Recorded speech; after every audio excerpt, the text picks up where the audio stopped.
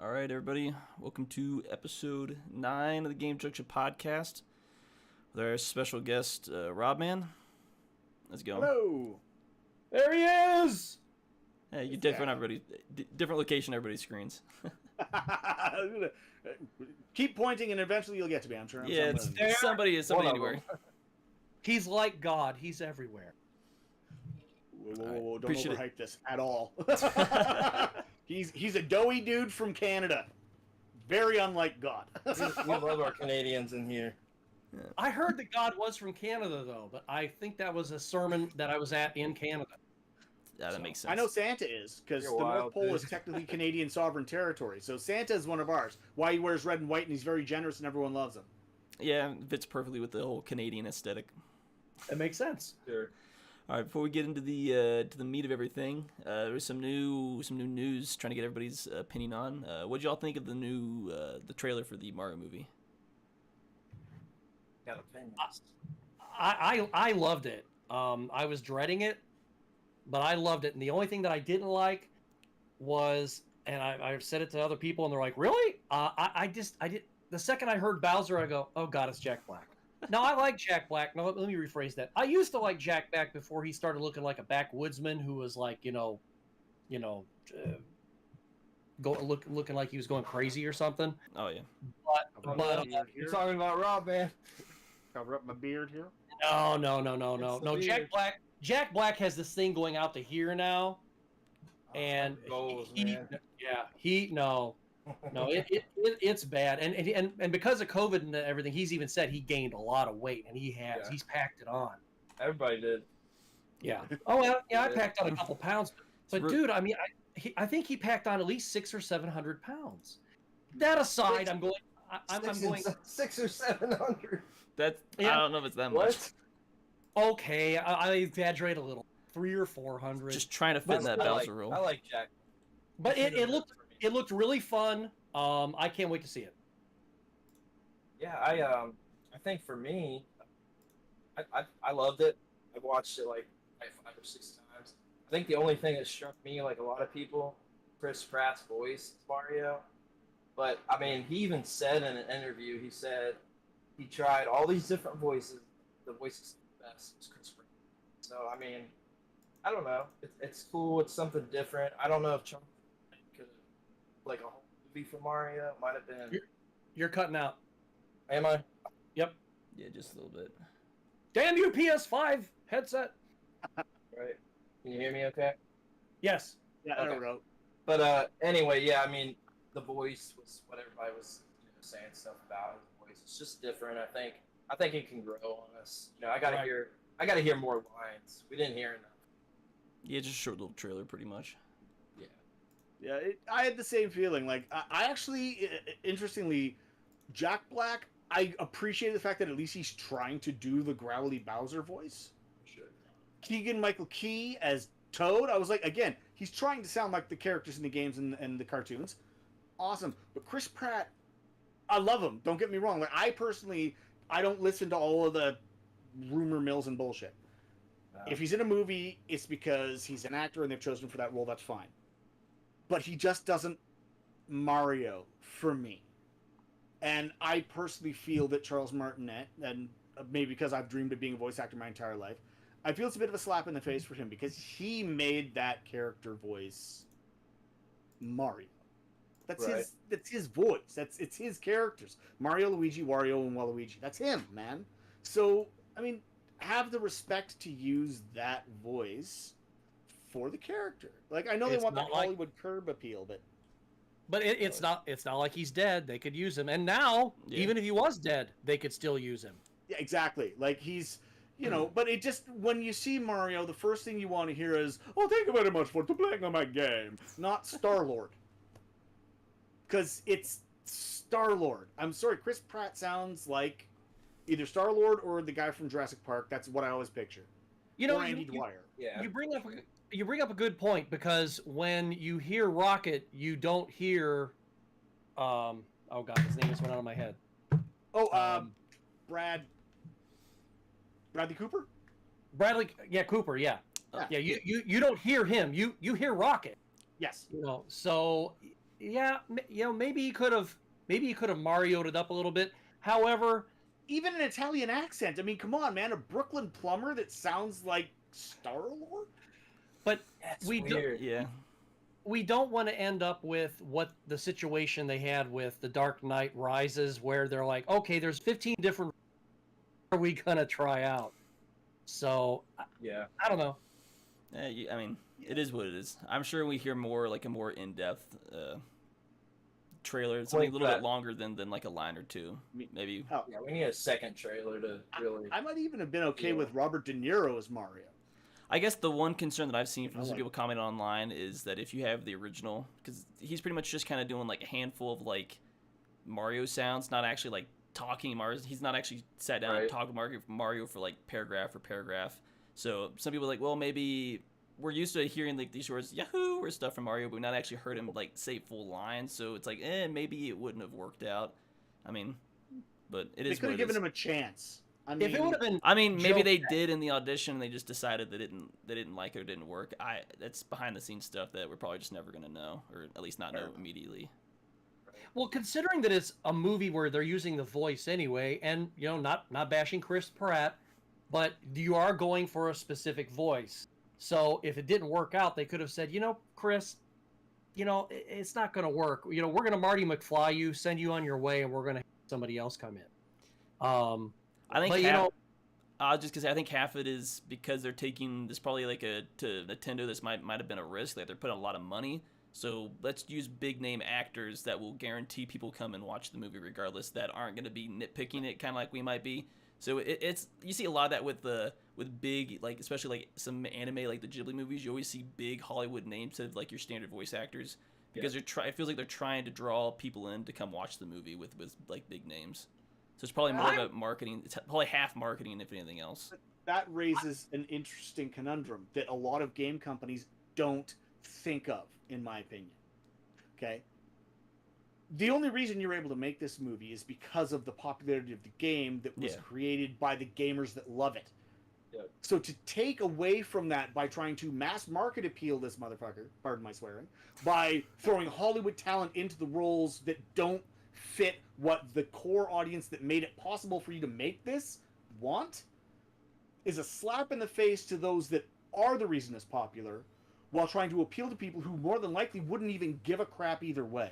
Yeah, and I saw something. Again, it's workshopped by a bunch of these committees and focus groups who want to mass market it. So yeah, I kind of it brings up another thing because I was watching the videos like. Well, like for like the Super Bowl, like why is a halftime show always some pop that like Super Bowl fans, usually football fans, don't like or hate? It's because I guess the idea is, well, these Mario fans, people with video games, they're already going to show up for it, whatever we put out. So now we'll try to market to the people who might not necessarily have come out and seen it. So they're kind of like, we'll go for this broad appeal because the people that are going to complain about it, most of them are still more than likely going to come watch the movie anyways. They're just going to kind of gripe about it. That's the secret, though, more than likely. Yeah. You screw it up enough, they won't. Look what happened with Sonic. Yeah, and now, which brings up another whole thing. But with Sonic, if they had stuck with that original design, original Sonic fans would not have come. Yeah, but at the same time, that's Nintendo versus Sega. Sega, someone makes a Sonic game, they go, "This is amazing. Here's a job." Yeah. Nintendo, someone makes another Metroid 2 remake, which is shut it down. You'll sue your eyeballs out. Shut it down. We're gonna sue you. You owe us money. You can't release this. And then they make their own shittier version and go, look how great we are. But Nintendo is very they're very protective of their big IPs, especially any of their property. So it feels like Nintendo's definitely doesn't want this to flop. So they're like, we'll throw a lot of money at it to hopefully make a good product. I just feel like Nintendo compared to Sega is super protective of their IP. They don't want it to flop because it just looks bad on them. I think Sega's very protective of their IP. I think they're also just smart enough to know that there are fans passionate enough to make a better product than you could because of how obsessed with your series they are. I guess the worst thing Nintendo could have done was make this like a full live action. At least they kept it animated and it kind of looks like Mario. They already did that once. Yeah, I know. And it's like, we're never doing this again. I shared a post about that. So this I mean, movie. I can take it a step further. Look what happened to Sonic, but look what happened to the Resident Evil television show. It was so bad, it was so woke, that people rejected it and they've already canceled it. So talk about dead on the water. Now, let's unpack this, if I may. Sure. Did they ever at any point state that this was supposed to be the same canon game world that the game is in? I don't know. No, they didn't. However, we are already in pop culture very familiar with the idea of a multiverse. Yeah. Okay? Now, Tobey Maguire is not Tom Holland. Neither is Andrew Garfield. Yet all three are accepted as Spider-Man. So why can we not accept Lance Reddick as a form of Wesker in an AU? Which is what that entire series, that Netflix show, which I've watched most of and personally enjoyed, it's an AU. I'm not expecting this to be the Albert Wesker that was at Raccoon headquarters with the incident in the woods and all of that. Not at all. Right. So I can accept it for that and put that aside, because I know if they're like, when they made Resident Evil the movie with Mila Jovovich, they were trying to say that was the game world. And quite frankly, that was garbage. I'm so sorry, but I hate that movie. Yeah, and if Paul W.S. Anderson doesn't back away from the video game properties real soon, he's going to get a visit from my boot in his back door. But, like, you know, but he tried to say that was that game world. Whereas the series, they didn't. All they said was we are making a Resident Evil series. And there's a lot of pushback against what people see as a woke agenda. Unfortunately, now, anytime they cast anybody that is a person of color, people are going to scream woke. And it sucks. I think it's a like, bigger... There are certain points where it is understandable that it shouldn't, like, if you're doing a movie set in Russia about Russian things that were back in World War II, okay, your cast is going to be a bunch of white Russian dudes. Exactly. But if you're making a fantasy series, come on, guys. Well, that's completely different, because last week, when on our last podcast, I was sitting right there, and these guys, I mean, I was just looking something up, and I saw on IMDb that they had the interview at the Vampire Show that was going to be on. Yeah. And my mouth was like, my mouth dropped. I was like, oh my gosh, this is cool. And the only thing that would have made me stop and say, nope, not watching it, is if Lestat would have been the black guy.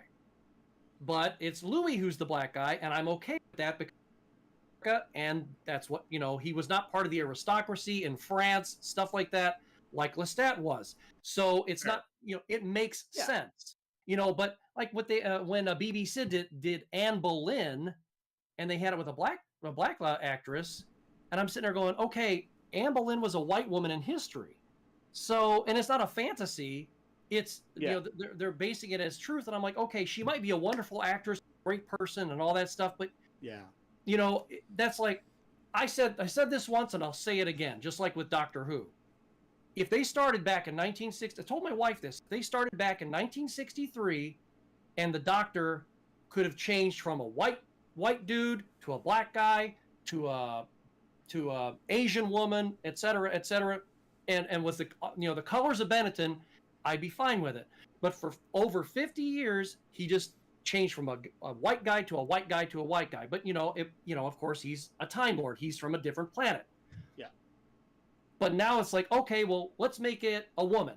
Okay, for no reason, we're just going to make it a woman. Now it's going to be, you know, Shooty, whatever his name is. And he looks like he's a great actor. I've never seen him in anything.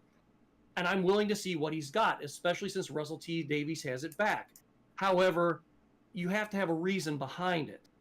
Now, I could easily write the reason, but just like you said, if it's fantasy, that's one thing, and it has to make sense. But once I saw that Louis was being played by this other actor, I was like, I'm in, sign me up. I can't wait to watch it. Yeah. I was going to say, like, a lot of it feels like some of it is kind of like they're supplementing bad writing with kind of like some forced political message. Because you can do it like more subtly and it works, but it's too overhanded on top of a lot of these shows, especially like the newest Doctor Who. I don't think she's the female doctor. She's not a bad actor, but she's suffering what it feels like from just bad writing. No. She's suffering from a lot. Number one, I don't think she's not the issue. It's it starts at the writer's room. She's part of the issue. She's part of the issue. Yeah. Oh, you're right. It's definitely the writer's room. It's the BBC. And we're not going to take this whole episode down the Doctor Who rabbit hole because I have a TARDIS. Okay, I built one. You're talking to the counterpoint I'll make towards Doctor Who becoming a lady is this: in the David Tennant run, the Master was a lady. Now, and that was established before Doctor Who turned into. That's why I'm just saying it feels just more like bad writing is the base issue, and then it's just stacked on with a bunch of other things that are like just cause it to fail. I'm out of this one. I'm gonna paint this out for you. When I saw that Missy, the Master, had become the Master, number one, Michelle Rodriguez. Oh, she's the best Master since Anthony Ainley, second Master. Yeah. But she actually said, for those who can afford the upgrade. Now I'm gonna go down the rabbit hole with the lore. She could have easily stolen an elixir from the Sisters of Karn and become a woman, or done like the Master always has done, stolen a body when he or she is about to die. The Doctor's never stolen a body.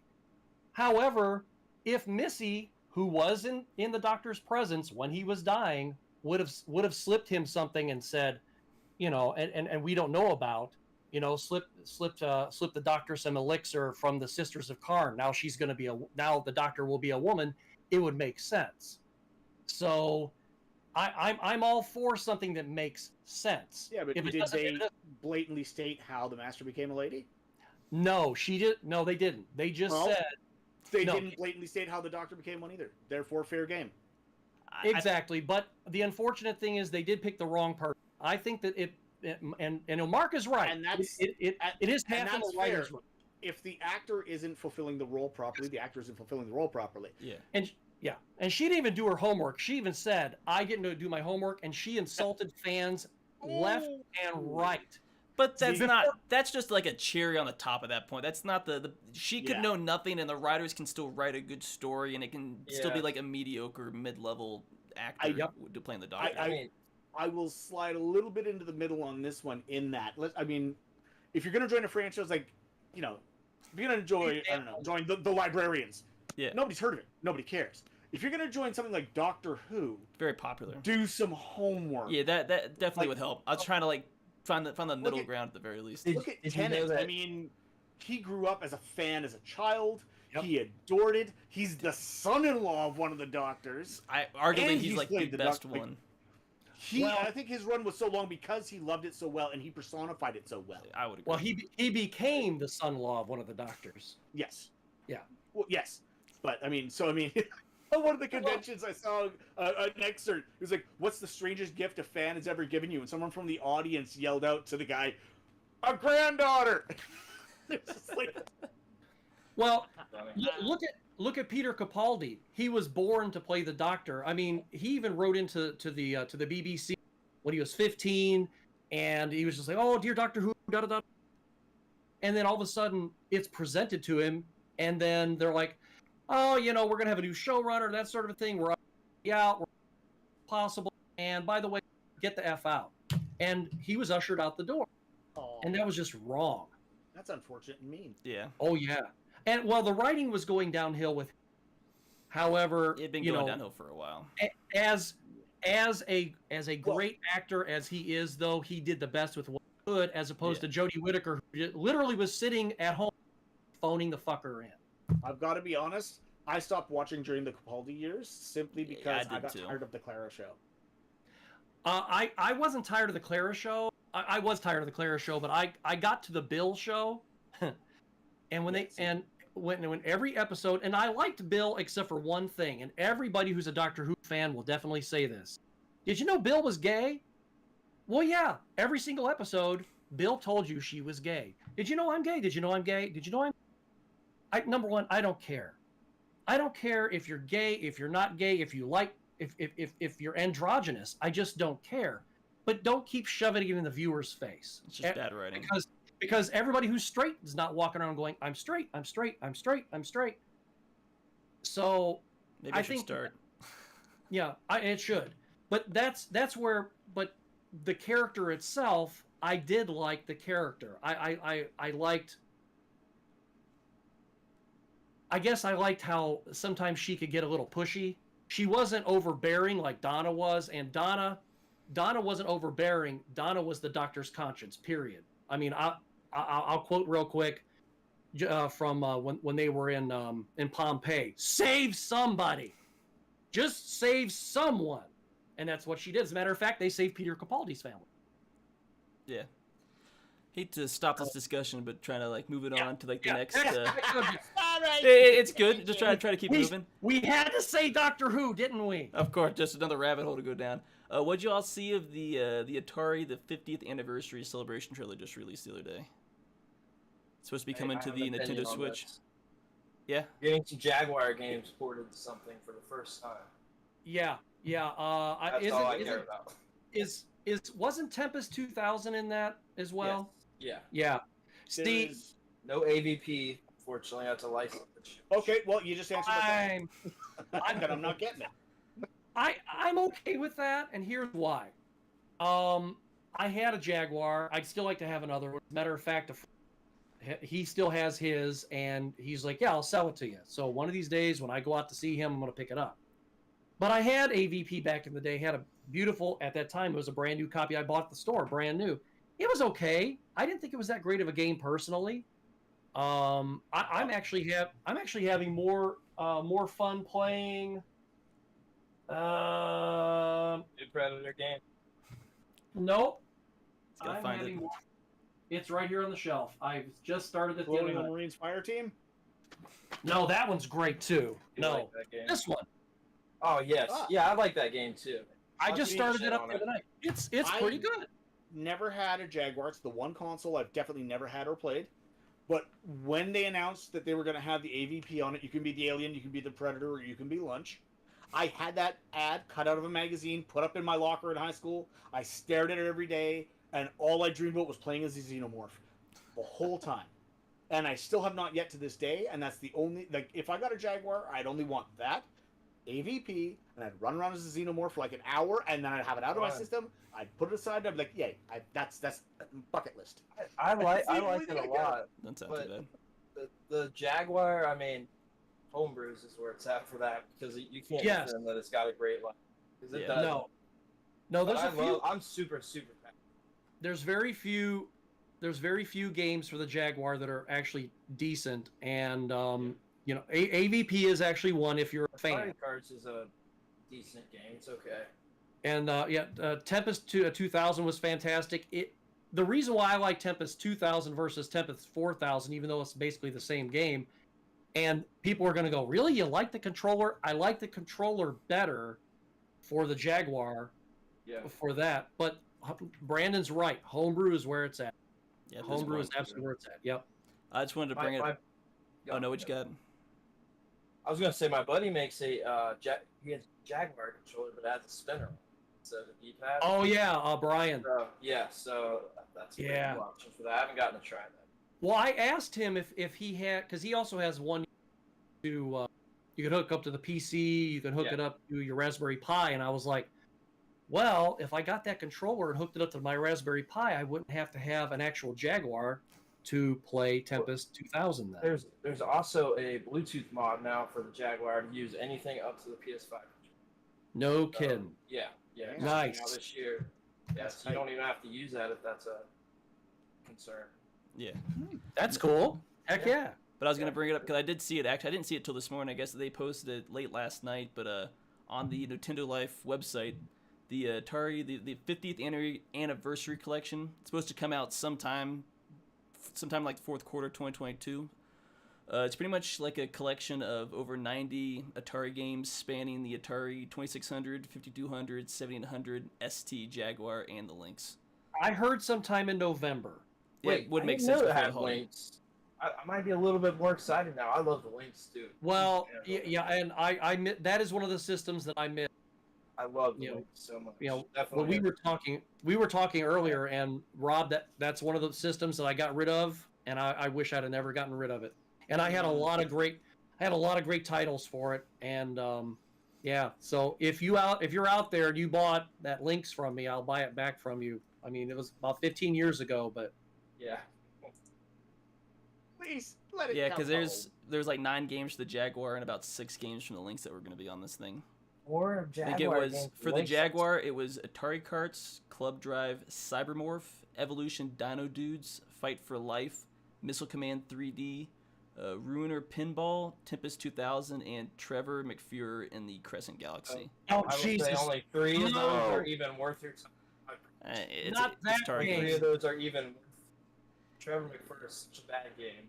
I can't even begin to explain how bad that game. And the sixth game for the Lynx was Basketball Brawl, Malibu Bikini Volleyball, Scrapyard Dogs, Super Asteroids and Missile Command, Turbo Sub, and then Warbirds.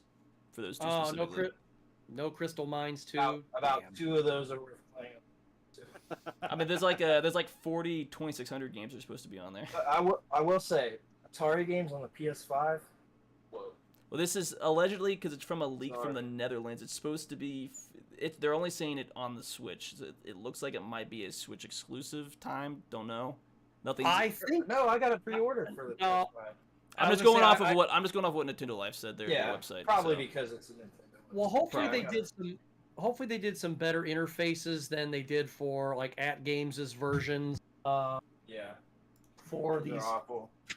these flashback ones, because for that video that I have coming up soon, I have an honorable mention on there, which I told you about, and I was like, okay, I'll just play it on my PS4 and I'll capture the footage on that. And I was like, no, because you actually can see the console down at the bottom of the screen at the end of the game, and I'm like, I don't want that. So I actually got my Retron. I went ahead and captured my footage off of that instead. It's like, no, you guys fucked this up. Please don't do that. Yeah, no, I really doubt. The sound effects weren't even the same. No, those are not good collections. Yeah.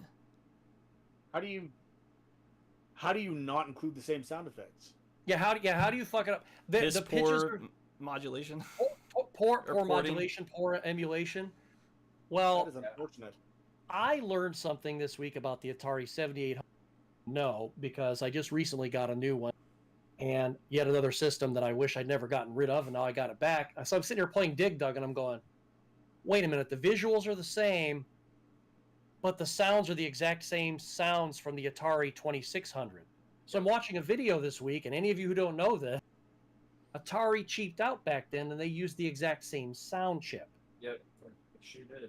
And there were only 2 games that they actually ended up putting a sound chip on the cart to actually have better sound.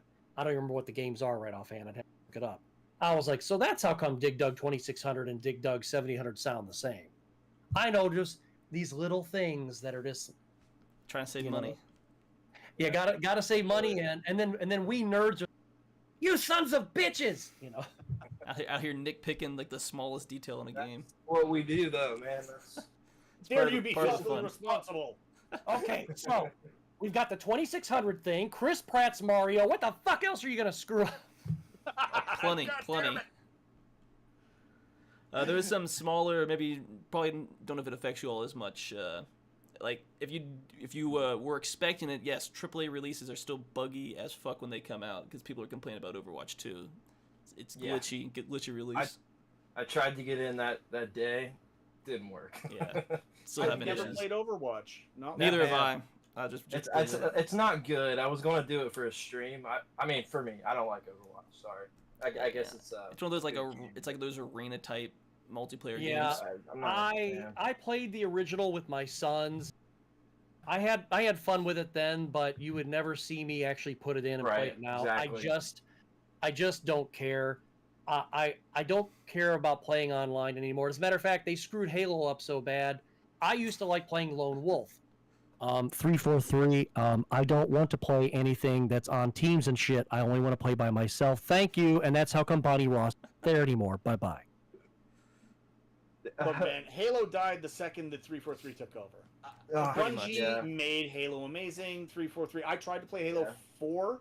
I got an hour in, and I was like, "Good day. We are." Nah. 4 and 5 are just too. The campaign for 4 is eventually worth it, but it is very repetitive feeling. But when we tried playing with my eight friends here in the living room with 2 TVs, those multiplayer maps sucked so bad because number one, you could never tell where the hell you were at. They were way too big. So I mean, even if you wanted a small map, the smallest map on there felt like one of the bigger maps from Halo 3 or Halo 2. Right. Yeah, you're right for that for sure. And then of course, go ahead. I don't do PvP either, quite frankly. Like I loved Destiny 2, would not Crucible. And I hated the fact that they required it for so many of the exotics. Yeah. Because look, I'm 45. I got a wife, I got 2 kids, and up until a couple of years ago, I was working sun up to sundown every day, except for weekends. Okay, like I do not have time, and when I have my leisure time, I don't want to put on a headset and listen to some 13-year-old talk about the contents of his pants and what he did to my mom last night. Okay, Yeah, exactly. while consistently spawn killing me because I don't have 8,000 hours a day to pump into this friggin' game. Yeah. So Yes. you know, I will stay away from. I don't like humans. They're individuals. I enjoy the company of quite a lot. Humanity en masse, I would not be too upset if there was some sort of a plague. Humans are nasty, selfish, mean, rude, horrible things. Oh, especially on the internet. Yeah, on the internet with the anonymity, and I don't need that, man. Like, if I want to cry, I'll just look in the mirror. Okay, that's all I need. I don't need someone else telling me how shitty I am. Yeah, I don't need an 8-year-old telling me about the tea bags because I have plenty of them in the kitchen. Number one, Right. And number two, you hit it right on the head. I forget which movie this was in, but they said a human is intelligent, but people are dumb. Yeah. I agree with that. That was Men in Black. Yes. Yes, Men in Black. Individuals Agent K. are intelligent. Humans en masse are dumb, angry, violent, and scared. These stupid things. Like, Agreed 100%. Yeah, for yeah, sure. man, so if I'm gonna play a game, I want my own. I want to just, I want to sit down. I want to put in my game. I want to blow some shit up. I want to vent some stress. Exactly. It's very hard to vent stress when you're constantly dying and getting made fun of. And if I'm going to do it, I'm going to do it with Facts. the people I choose to do it with, not a bunch of fucking Facts. strangers. Yeah, right. That. Sorry, people out there, but you know, and that's the thing. I will tell you guys this right. If one of these days I have a big enough YouTube channel where people are like, "Ooh, let's play with Dr. Scott," I'll be like, "Listen, thank you for watching the channel. I appreciate it. I really do." And maybe a few of you, if I get to know you, will play a game. But if it's just the masses out there, listen. Is Metal Jesus out there playing with like strangers all the time? Probably not. You know, what was Mark from Classic Game Room out there playing with strangers all the time? Maybe, maybe not. But I'd be willing to bet that most of the time they were playing with people they knew. Yeah, that's half the fun. Online games. Like here's an issue with that for me. One, there's too many games, not enough time, right? So the online portions of these games that aren't even like, you know, all the time is put into with the story and the progression of characters and whatever's going on in the game. Like I don't have time to put 8 hours into an online game anymore. You know, we're not 13 years old, and it makes it hard. There is a point where I will be hypocritical about what I just said, and that is the game Friday the 13th, because it's only 8 people, and nobody's teabagging anybody, and you pretty much have all the same set of skills here. You know, I mean, you know, it's not like, you know, somebody's sitting off in a tree somewhere, ready to pop you at a spawn point or something, and then come down, run down, and rub their balls all over your face. That's Mark with Rocket League, right? I raged so hard on that game. I don't know why I keep playing it. So, and I don't have to know one of those people at all. Now the little kid, I just go mute, and that's it. Because if they're sitting there going, you know, talking about what's for homework, my mom, or yelling the F word 15 times, and they've never even F'd ever before in their life yet. So it's just like mute, and I'm just like, okay, I'm the hot chick in the bikini, Jason, come get me. Not to take things back, and I'm always the hot chick in the bikini. Why? Because I like to look at my own ass. There you go. I was going to say not to take things back, but did you guys see that they were telling GameStop employees to destroy copies of Overwatch, the first game? No, I hadn't heard about that. What? Yeah, I've seen it on a bunch of websites, all over Facebook. That doesn't surprise me. I used to work for GameStop, we used to have, I won't say his name, but we used to have our district manager come in, and he would be sitting in the back room with a bunch of games that got pennied out or they got taken off, and he'd just be sitting there smashing them with a hammer. Oh, I know. And I looked at him and I said, "Oh, gee, there, so and so. Wouldn't it be easier to carry around a shredder in your trunk?" And he goes, "Oh, then I'd have to put it in my trunk." And I'm like, so, but yeah, they do that, and I think that's kind of stupid. But at the same time, when the game is free to download anyway, okay, go ahead, destroy them. It's a tax write-off at that point. That's why they do it. Yeah, they're gonna lose money. They don't want people like stealing it for free out of the dumpster. That's two Well, words. Can't that do right now anything with it. really, The game's shut down. Tax write-off is a set of words that really stick in my craw right now. Well, yeah, number one, it's a tax write-off, and not have stay up, late night, crawling around in the back room going 47, 48, 49, 50, 51. We got 50 copies. Here's another box. So You're take cutting out pretty bad, Scott, Yeah. by the way. Yeah, you're Oh. cutting in and out. Keep there. cutting out.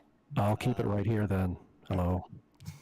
But no, the for me, it's because not to sort of tangentize myself, but the Warner Brothers fiasco that's happening right now. I am livid, and I'm livid for two very specific reasons of the many that there should be. Number one, and the quicker one for me to explain, they owned the rights to Final Space. And for those that don't know what Final Space is, a guy named Owen Rogers made a show called Final Space. It's an animated, but it's an adult animated series. I believe it was made for, was it Cartoon Network or Sci-Fi? Something. Anyway. Brilliant. Like, the storyline is incredible. It made 3 seasons, and they were unbelievable. Dark humor, really fucked up, silly at points, deeply emotional at others, really well done. I loved the art style, I loved everything about it. He's been trying to get the last few seasons to finish his story arc together. Warner Brothers owns them. That was one of the things they turned into a tax write-off and chucked away. So there will be no more streaming of it. There will be no more public viewing of it. There will be no physical copies to be purchased of it. There will be no way for anyone to ever get their hands on this series ever again. Is that Discovery that did this? Yeah, well, it was Warner Brothers that owned it, and that's Well, yeah. But as part of that merger with Discovery, tax write-off. Gotcha. The other one was Batgirl, and I'll tell you why. Because of my boy Brendan Fraser. I love me some Brendan Fraser. I have always loved Brendan Fraser, and the fact that he got screwed as hard as he did, and then finally has made his way back into the public eye, that he did a movie with Scorsese, that he's done this movie The Whale, and they're talking Oscars, and then he did a DC franchise, Batgirl. He was going to be Firefly. They filmed it. They edited He was going to be Firefly? See, I didn't know that. Yeah, he was going to be Firefly in the new Batgirl movie. And what did they do? They shit-canned it for a tax write-off and decided to keep Ezra Pedophile Miller on because his daddy works for Warner Brothers. Firefly is one of my favorite Batman villains. And it was Brendan! It was Brendan, who's already amazing as Robot Man. They were going to have him, and now man, don't disrespect Brendan on my watch, man. You got a problem with Brendan Fraser, you got a problem with me, and I suggest you let that man marinate. Because, like, it's my boy. And so there's 2 actors in that movie that have, like, massive award buzz around them, and they shelved it. They edited it together, and they did one showing for the execs at Warner Brothers right before they went, that's a tax write-off, good day.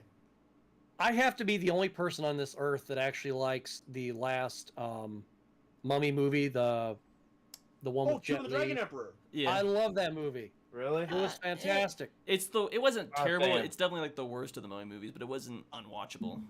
I just it's wish they had definitely made the it so worst. that wife was the fictional one, Yeah. and the original Yeah. actress was the official one. Yeah. And to just tickle your guys' interest, because I have weirdly specific knowledge on shit. When they made the one with Tom Cruise, they wanted to create the Dark Universe. They wanted to bring back all of the Universal monsters. Now, Yeah, they let's made that just... Frankenstein movie, right? The I, Frankenstein, wasn't that supposed to be part of it? Beginning? The idea was supposed... Yeah. And, well, no, it wasn't. Because It wasn't? Okay. after the Mummy tanked so fucking hard, they wrote off all of it. Gotcha. I want you Okay. to picture really? this, though. What if, instead of Tomb of the Dragon Emperor, they had decided to make Rick O'Connell versus the werewolf, followed by Rick O'Connell versus the Dracula? That would have made Black sense. Suit. Yeah. Yeah. So they could have expanded his character into the rest of the Universal monsters, Right. and people would have yummed it up. Oh, It would have 100%. loved. But Why instead don't they did do this it now? Dragon Emperor thing, because Jet Li was the hot property at the time, and everybody wanted Jet Li and shit. Then Yeah. they should take that property and do it now. Because number one, the only thing Brendan Fraser needs is one, either A, shave his head, or B, give him a wig, and 2, he needs to drop a couple pounds because number Yeah. one, he is a freaking awesome actor. He's always been an awesome actor. And Love my boy. Yeah. Oh, here's yeah. here's the thing. With that idea, they could have very Indiana Jones, because it wasn't, every single movie wasn't Indiana Jones, and he's chasing the Lost Ark again. Now, mind you, I have Raiders of the poster right over there on the wall. That's my favorite movie of all time. However, what you said, Rob, that's it. That's what they should have done, and that way he's Why going. aren't they doing it now? Yeah, Right, Bring him exactly. back. Get Rachel Weisz back. The only reason Brendan is out of shape right now is because of that movie, The Whale. The Whale, I right? watched that. That's really good. And I saw this actor who, I can't remember, is Guy something or other, who was like, oh, well, I'm mad that they cast him because he's not gay and he's not overweight and he's this and that. It's like, okay, one, he put on all that weight for the role, seriously endangering his own health. Right. 2, they're talking about an Oscar nomination for him. And 3, no, he's not gay, but it's called acting. Acting. Not a documentary. So, maybe if you were a better performer, they might have given you a shot at the role. So sit down and shut up, guy. Well, Because if they want to talk, if they want to talk hypocritical, and we won't go down the rabbit hole, I will say, okay, to me, one of the best heterosexual performances of all time was played by a gay guy, and that, of course, was Mr. Doogie Howser himself.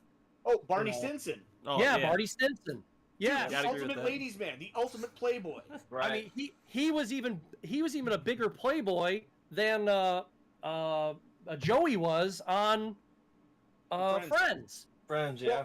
Yeah. I love the fact that there were T-shirts that were made that says NPH gets more tail than you, and he's gay. It's even funnier because in the Christmas, the Harold and Kumar Christmas movie, they definitely poke fun at that directly with him. I just thought it was a funny joke. Oh, That's right, yeah. It's like gay publicly, but secretly he's still like chasing Poon. I thought it was a funny joke. fucking hilarious. And you're right. It is called acting, and that's how come I have extreme disdain for the whole Ellen Page / Elliot Page thing. And if people don't like the whole, well, she's Ellen and she was Ellen, and now he's Elliot, and it's like, okay, listen, we're gonna go with some logic here. On IMDb, if you were Ellen Page in all these movies, that's who you were then. Yes. If you're Elliot Page now, that's who you should be, and you should have a whole separate IMDb page, because.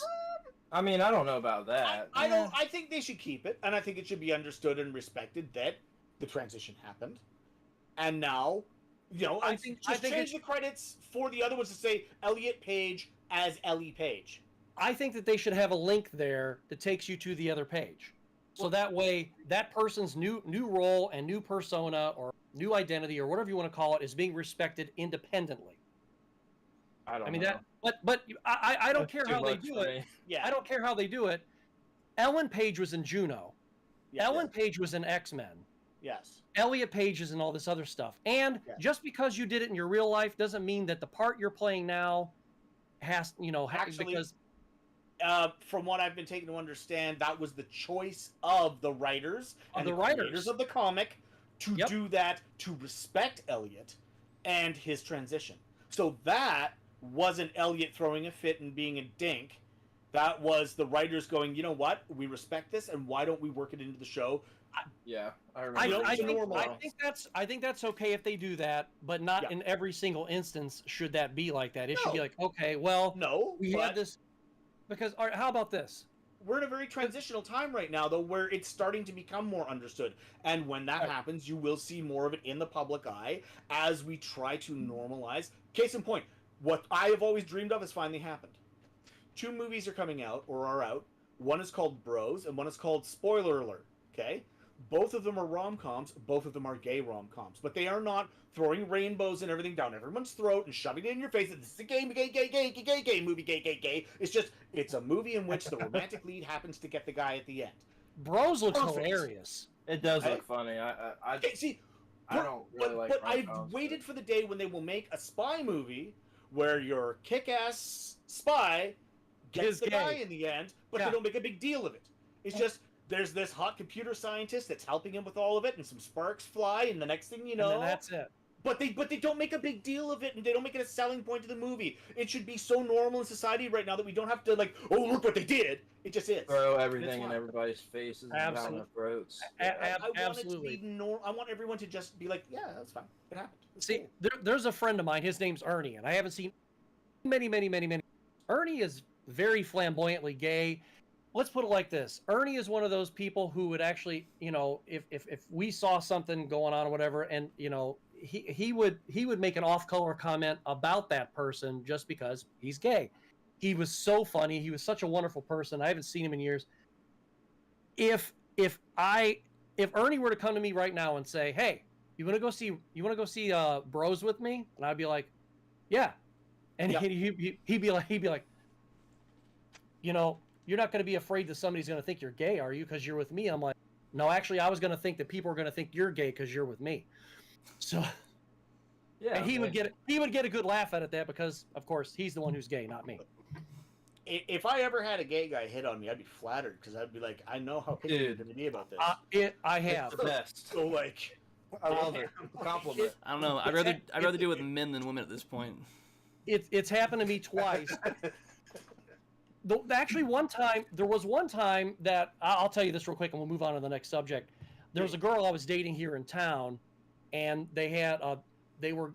she and her roommate, they had a friend, and his name was Johnny, and he lived in the building that they lived in, the same dorm. And I was dating Andrea, and they said, hey, he was kind of like a big brother to us, and he wants to check you out, make sure that you're good enough for Andrea. I go, okay, so we all went out to dinner. So, we all have dinner and stuff, and I get up, and I go to the bathroom, and I come back, and then the next thing you know, he gets up and he goes to the bathroom, and they're both kind of snickering, and I go, what? And I go, what? And you go, well, he made some comments, and I go, yeah, okay. And this was years ago. We're talking like 15, no longer than 15, must have been like 25 years ago. And they said, okay. And he says, well, he thinks you're really nice. He thinks you're funny. And he's glad that you and Andrea are going out. I go, oh, good. And then they start laughing, and I go, what? And they go, he thinks you have a cute butt. And I was just like, damn. That was a great big compliment, because here's a man looking at another man, and that's what he's attracted to. That would be like me saying, hey, that girl has a nice butt. And here's the thing.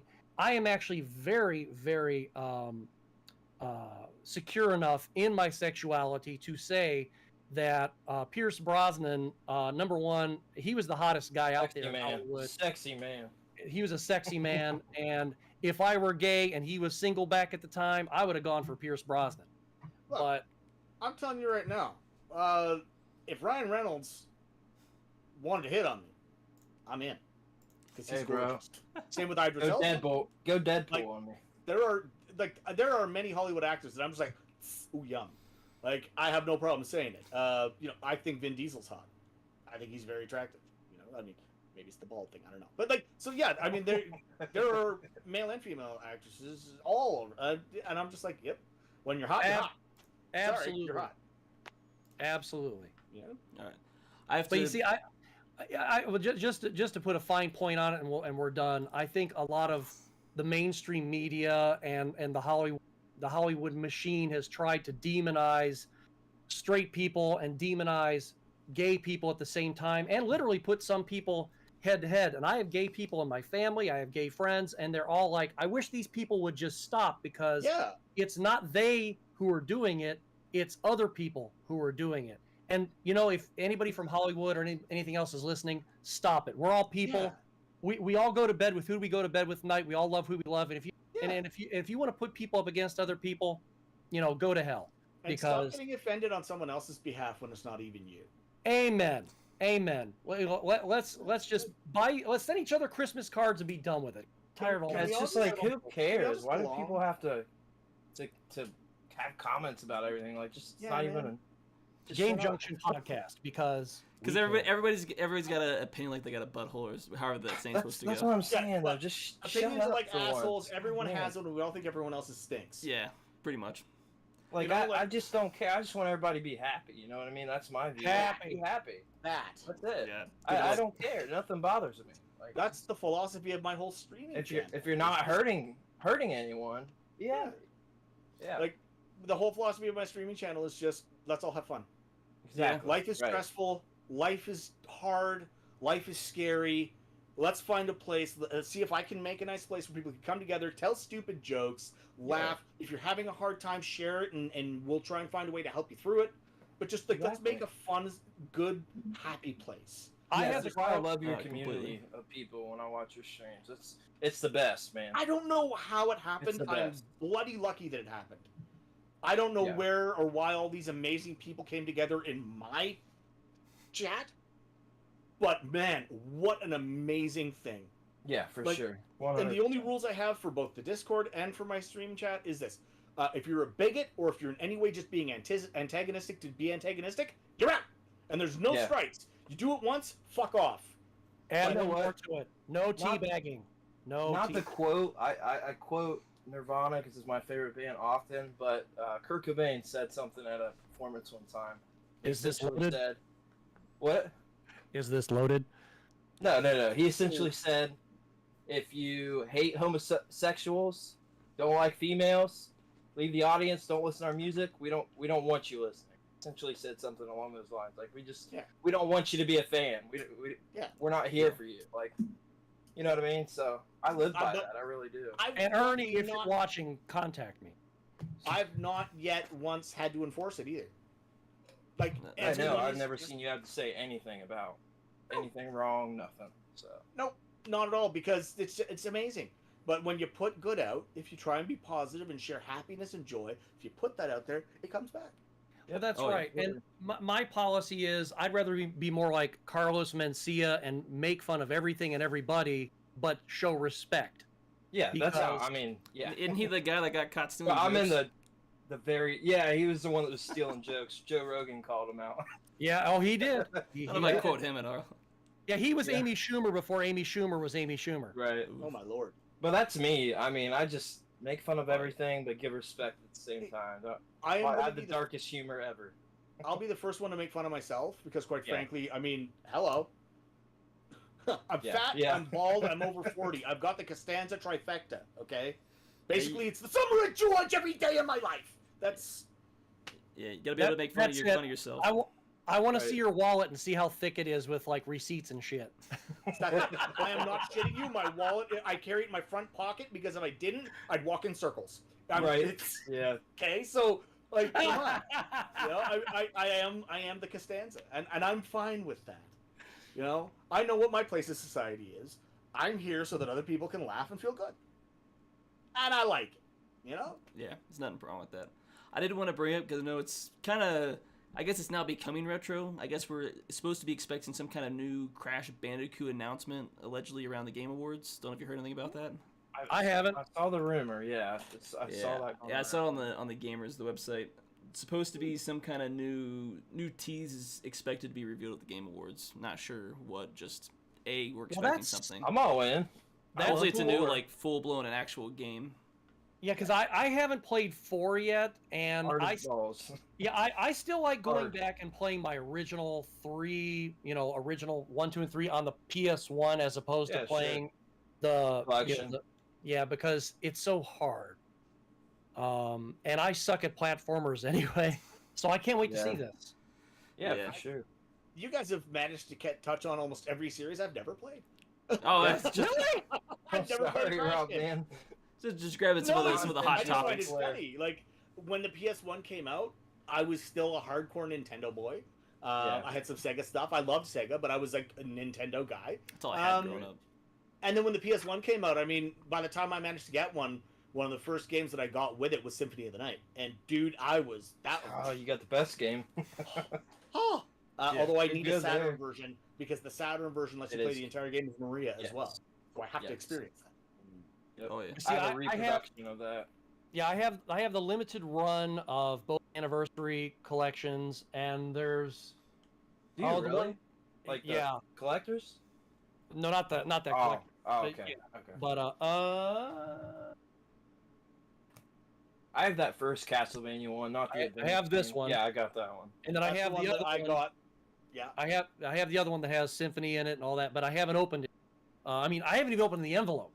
So Right, I'm going to be having that. I'm going to be having a limited run, strictly limited opening ceremony, and I'm going to be putting that on the channel here pretty soon. And it'll be fun. I'll be like, oh yeah, I did order that. But I Yeah, wanted yeah. to say though, I think it's funny that how Rob said that we've touched on all these games that that he's never played, And since he's such a huge fan of Mega Man, and I've always liked Mega Man, I've just never really played any. Favorite series. But here's the funny thing is, this is the only one that I own. That's a good one, though. It is an It's a good game. amazing Mega Haven't Man even touched game. it yet. Haven't even touched it. That gear system in that game is solid. This, So since you're such this opens up my. Yeah, let's go, Rob. Yeah, yeah. If Let's you- get if into you this. guys This is don't what I was mind, waiting for. I was gonna say, just how you are with Doctor Who. Here we go. Mega Man and my current feelings are quite an interesting. It's bizarre. So Mega Man's trudge through time has been such that the classic games and the X games, I've never really been a fan of the Battle Network myself. I'm not a Pokemon guy either. Never finished a Pokemon game. Yeah, I'm not a Pokemon guy either. But throughout time, it became a point of pride for Keiji Inafune. That although he did a bit of art for the first one. Yeah, he did. He wasn't even a producer, and then he did some art and production on the second one and all the way through. It was always hyped up that he was the reason they were successful. He was the reason they were so good. Inafune is the father of Mega Man and all of this, right? Hard disagree. Well, nowadays, hard to disagree. Up to so the whole thing that went down with Legends 3 and all of those games being canceled and all the rest of that, I've finally kind of pieced together as much as I can from what I know and from what I've heard from other people and from other stuff to really figure what happened. And it was this. Inafune, behind the scenes, was a very egotistical, egocentric guy. Mm-hmm. And he was, I am Capcom, I am Capcom, I am Capcom, it's only famous because of me. Okay. So he went to Capcom and said, so he finally got a green light for Legends 3, started producing it, and set up all the forums to let people help mold the game. Now, one thing that wasn't stated was the interaction on that was going to be monitored by Capcom themselves, and they were going to base whether or not to finish producing the game partly on that, which is where the whole blaming the fans for it not getting made came from. Okay. But he basically started 3 Mega Man projects. There was a Mega Man X first-person shooter that was very, very early in the going. There was Mega Man Universe, there was Mega Man Legends 3. He then goes to them and says, I want you to give me a studio with zero oversight. I want to be able to make whatever games I want, however I want, whenever I want, and you can't tell me what to do. And they said, no. And he said, fine, then I'm going to quit. And they said, good. And he did. But as he went out, he had built this big hype machine around himself of, I'm the reason that Capcom is good. I'm the reason all their games come out well. I'm the father of Mega Man, and no Mega Man game will ever be good without me. He planted that in the gamer consciousness. Then quit. And Capcom looks at this and goes, okay, so we have a zero-sum game. If we produce these games and they come out and they're hated, everyone's going to say it was because Inafune left and our company's going to go down the toilet. Or we cancel them all right now, and we get in a bunch of shit from that fandom, but that way we don't risk the possibility of the game's not doing well and getting completely screwed. So for them, the only logical thing to do was cancel the games, because no matter what, without Inafune involved, they're going to get negative press. Yeah. Which is what they did. And understandably, all of us fans went bug nuts insane. I boycotted them for a very long time. Hey? What did you say, Brendan? Mighty number 9. Yeah, this is what I'm getting to. Inafune makes his Kickstarter for Mighty Number 9, which at the outset looked amazing. Even Capcom put money into it. Yes, Okay. yeah, they did. Raised $3 million. Now, while the development of that was going on, he was also, his company Concept with Microsoft was co-developing a game called Recore, which is lesser known. So he's very, again, he sets up the forums, he wants the fans to help mold the game. Then he starts making mistakes. One, the concept art he showed looks nothing like what eventually the game looked like. It was 2D, hand-drawn, and beautiful. What we ended up with looked like a Sega Saturn game on a bad day. Okay? He would never show actual footage of the game. It was always someone standing on the other side of a room filming him playing it on a tiny monitor. The community, the person who put all the oversight of the community and forums with, she was a big-time Gamergator.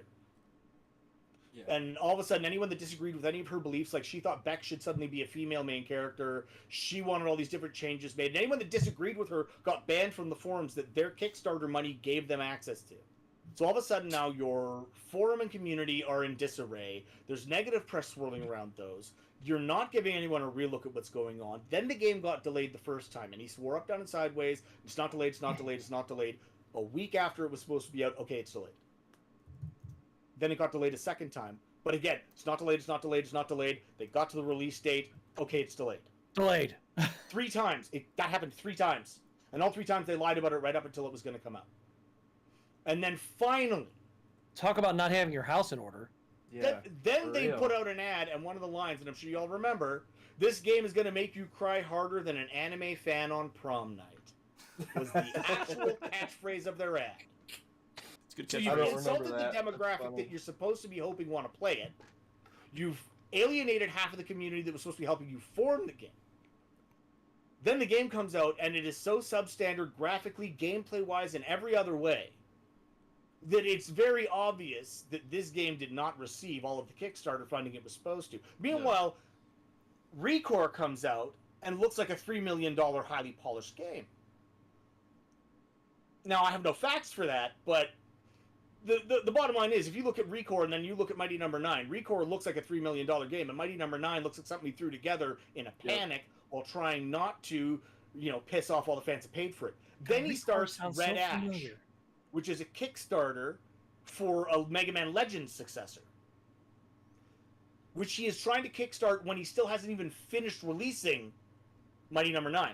Then he starts a Kickstarter for an anime based on Red Ash. So now he's starting to ask for more and more money from these fans who are like, look, you haven't even delivered on the first thing. The final nail in that coffin was the fact that half of the physical rewards that were supposed to be delivered for people who backed at that level were a year and a half after the game's release or so. Something like way after we finally got the art book / strategy guide, the instruction manuals and game boxes, and the other physical goods. Like, they fucked it up 18 ways from Sunday.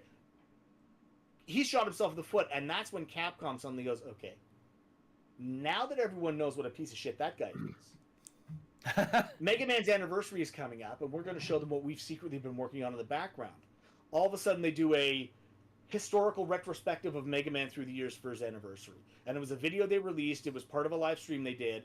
And I am in my work van, driving to a work site with that playing on my phone in the cup holder. And I'm looking over, and there's a little 8-bit Mega Man running along a timeline, and Mega Man 1, 1987, Mega Man 2, all these, they go through, and then Mega Man X, and the Classic Series, Back Forward X Classic Series, Battle Network Series, everything else, and then all of a sudden it gets to the end, and he flips through this little door, and there's a little one of those bubbles with a question mark in it, that all the other games had been listed in. And all of a sudden the trailer for Mega Man 11 starts.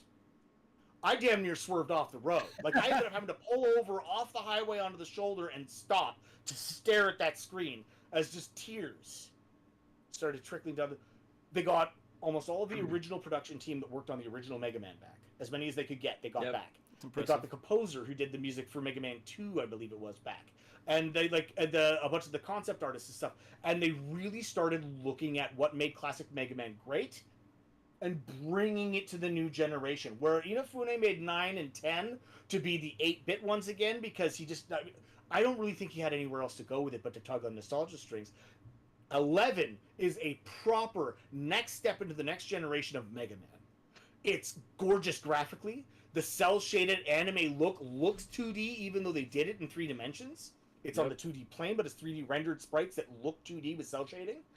The fact that when you change weapons, not only does he change colors, but the Buster changes and his helmet changes, which they had originally wanted to do in Mega Man 1. If you read through all of the old R20 and the Mega Man Official Complete Works and all that, they wanted something like that, but they didn't have the power to do it.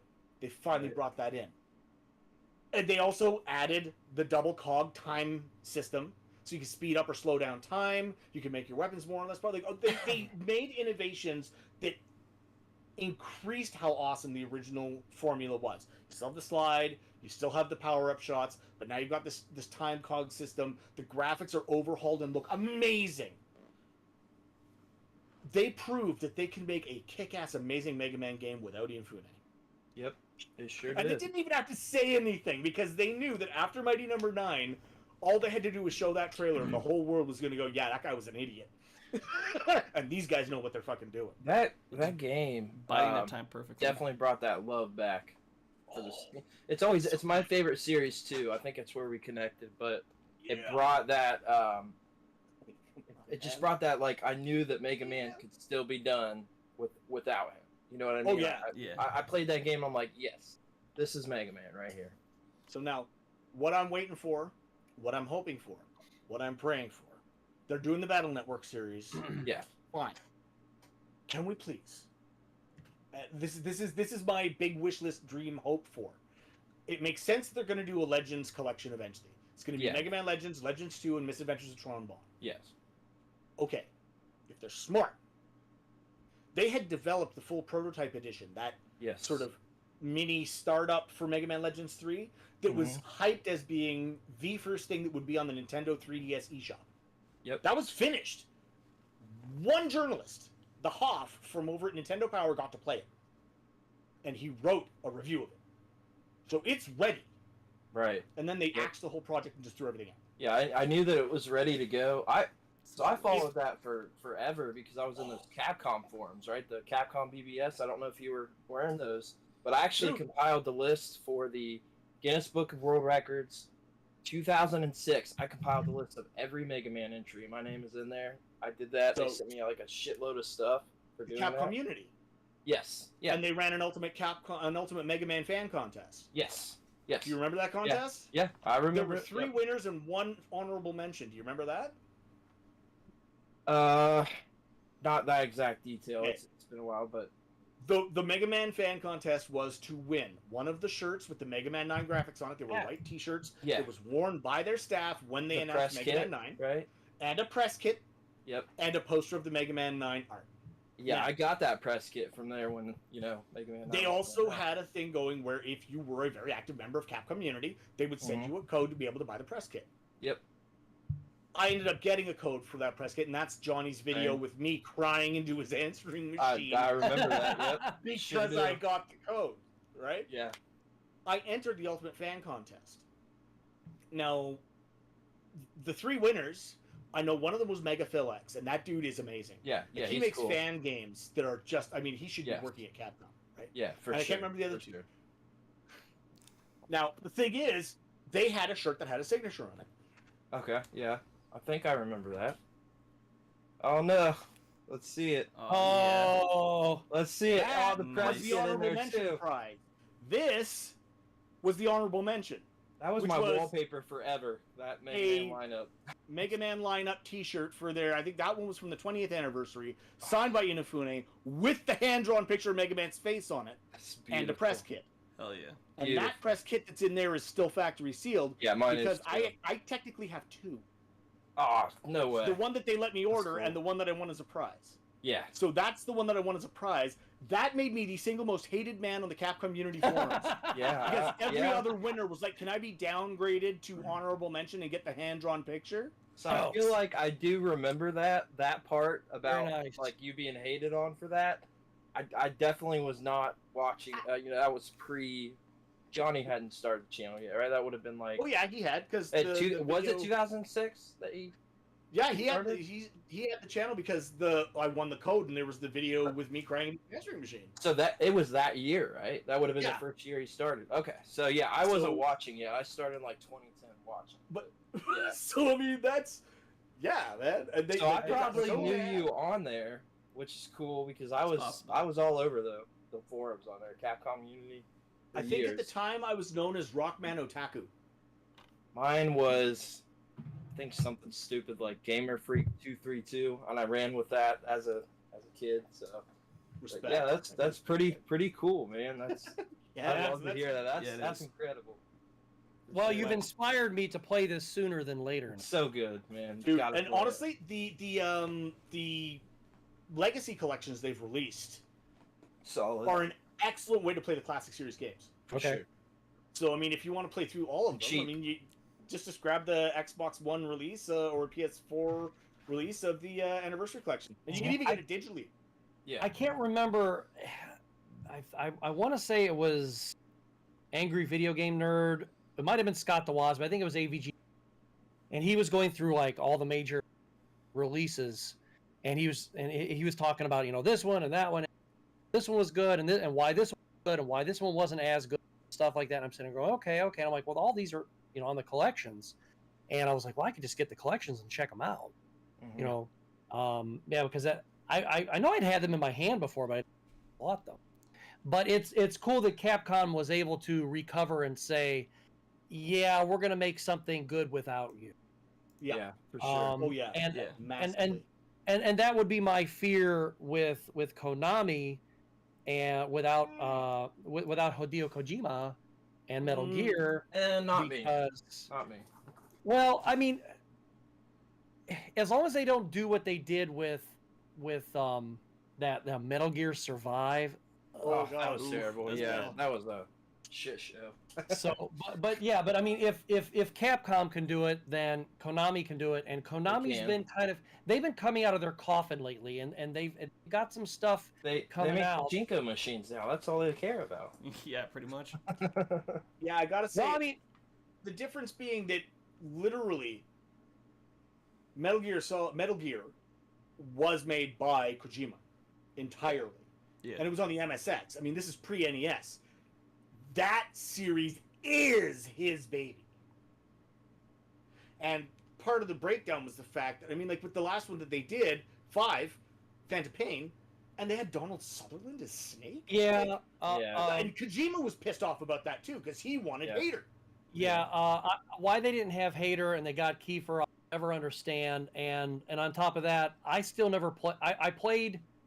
I didn't play Phantom Pain, but I played the prequel, like, which I can't remember the name of it. It's like- Something Grounds or something, right? yeah, Ground it's over- Zeroes. Yeah, Ground Zeroes. Thank you. Ground I Zeroes, played yeah, that one, and you know, and for a short game, a little It was prequel, good. it was good, but I like but I'm not the biggest fan of gigantic open world, do what the hell you want to do in a non-linear fashion kind of Really? games. Yeah, and my favorite, probably my Metal- favorite style game now. well, but you don't take something like Metal Gear that has never had that kind of thing and then try to transition it, because Zelda. I'll be honest, I got fucking lost. Zelda. You know, Rob, it's like this. I joke with these guys every week because the very first time I ever played Borderlands, I went the wrong way, and all I kept getting was skag. It doesn't know how I'm the so- mini-map works. Oh, come I on, man. am really surprised that when I was playing Metal Gear 5 that I wasn't inside a little hut and I found a fucking skag. Don't because- play Far Cry. That's all I'm saying. Don't play the new Far Cry. Ridiculous. The sixth one, number Yeah. 6? Yeah. Yeah, I got it sitting over here. I haven't touched it. I'm the kind of guy that if I get a sandbox game, I've just started streaming Dead Space and I've never played it before. Yeah. And Oh, I that's such a good game. I love the fact that when you click that right stick, it tells you where to go. And part of why is because every time I click that stick, I go the opposite direction and look for all the Well, hidden shit. That's Yeah. different. That's a dark horror-based game. You know what I Okay. mean? So having that makes sense. You know what's really crazy? It doesn't scare me. No. I Really? am The so first one? No, the first one didn't scare me. 2 But- is pretty. Two, Yeah, they scary. actually had the demo for 2, and I say this in my video on the 21st. And when I played the demo for 2, it scared the hell out of me, like jump scare so bad. I was like, "That's it, let's go to the store." And I went out and I bought 1 and 2, and I played all the way. And the first one didn't scare me, but I'm just now playing 2 finally. And God, I mean these are great games. Yeah. I don't know why it takes a lot to scare me. Like psychological horror will bug me up. Silent Hill 2 terrified me. Oh, But one of yeah, the biggest for things that sure. terrified me, For sure. when you go and talk to Eddie after he's kind of started to go a little off, and he's waving around that gun, and he's talking about how he shot that dog in his neighborhood, and he's just gone full psycho. That scared the shit out of me. That was pretty crazy. Yeah. Pyramid Head, less so. I was a kid. The I was a kid crazy- when I played it. So. Messed up people in it. Those scare me. Paranormal stuff definitely puts chills into me. Yes, That whole paranormal ghost stuff. things you can't touch, but it can fuck with Yeah. you. Yes, that will scare me. but like I've been raffle stomping my way through Dead Space. Like the first creature that came up, I just literally ran straight at it and started smashing the stomp button and laughing like a maniac as limbs and blood started flying everywhere. And the streaming audience was like, "Rob, are you okay? You're normally a very wholesome guy. I'm having a mental breakdown." You haven't seen this side of me yet, but you're going to get to know it real well. I'm like slicing off limbs and making fun of it, singing songs, stomping on things, kicking the corpses off the side of the walkways. I'm like, "You're not coming back, motherfucker!" Like, it doesn't scare me. I don't know why. Gotta vent that psycho out every once in a while so you don't like murder somebody. There are 2 games that I played this week, and I'm like halfway done with Fear, so hopefully I'll be done with that by the end of next week. But there are 2 games that I played this week I'd never played before. Fear runs fantastically on the Series X. It's 60 frames per second, and every time that girl comes out, sometimes you just see her for a couple seconds. I was like, my look, goosebumps now. Nice. Standing on end. Yes. Nice. And then I started playing The Evil Within. Now, here's what got me with Evil Within. Okay. My wife and I, we had the Doctor Who wedding. It didn't look like a Star Trek convention or anything like that. It was very tastefully done, but once you get in, there's the TARDIS. But our song, our kind of theme song, for some reason, when I heard the version of Claire de Lune that was in Ocean's 11, I don't know, it just made me think about my wife all the time. And so I'm sitting there playing The Evil Within, and I'm walking through this one house, and all of a sudden I start hearing Claire de Lune, and it has this haunting kind of echo to it, and I'm like, "Lynn, come here!" And she's like, "What?" And she comes in the room, and I go, "Listen," and I'm like, "There it is. There's the goosebumps." And she goes, "Oh my gosh, it's Claire de Lune." I go, "Look at my arms," and she goes, "You're creeped out right now." I go, "You're goddamn right, I'm creeped out." So, yeah, good stuff. Good stuff. Definitely. Give me paranormal anytime. I tried to play Evil Within, and that was one way back when I started streaming the very first time. I put that one on, and it was another one where I'm just stomping on them. And if you stomp on bad guys enough, sometimes their head will pop, and then you can scoop up the stuff to upgrade your abilities. All of a sudden, that game went from scary for me to, "Give me my brain juice! Give me my brain juice!" Every guy I killed, I'd be like, stomping on, "Where's my brain juice? God, give me my brain juice!" And that was... I just wish you could do that with the guy with the chainsaw at the beginning, but okay. I learned really quickly that you can't sneak up on him and kill him. I continue to get stuck where you get to where there's a barn and there's a chainsaw guy in it, and I can't kill him. It's right near the beginning. The first little bit. And I've never gotten farther than that in that game because I keep getting so frustrated. I'm just like, you know what? Now the reward for killing him is not equal to the amount of frustration that I'm going through dealing with this. Oh yeah. So I'll just put that. So, Rob, let me ask you: you going playing this? Or are you going to play the remake that's coming out? Of which? Dead Space? No. Yeah. You going to try that out? No. Probably not. I mean, Why I looked not? at the trailer. Graphically looks gorgeous, but I mean, if I'm playing it now, I'm playing it now. However, Yeah. with that in mind, there's 2 upcoming games that I absolutely need. One will be out in about 7 days, and it's called Scorn. Yep. And Yeah, that game looks solid. as a guy who Been watching that for a while. Alien was one of my first favorite movies. The first time I watched it was with my dad, who loves it. Alien and Aliens, and it Same. became a very regular thing. We would do movie nights. My dad and I. He was my drinking buddy in high school. My dad. Yeah.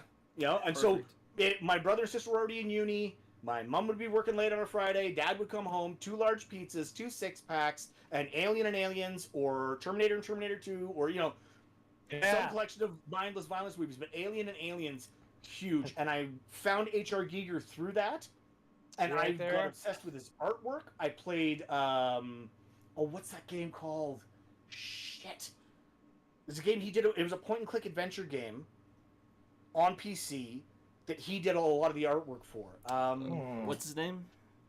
H.R. Giger. I can't remember the name of the game, though. It's Dark Seed. Dark Seed, S-E-E-D. There were 2 of them, okay?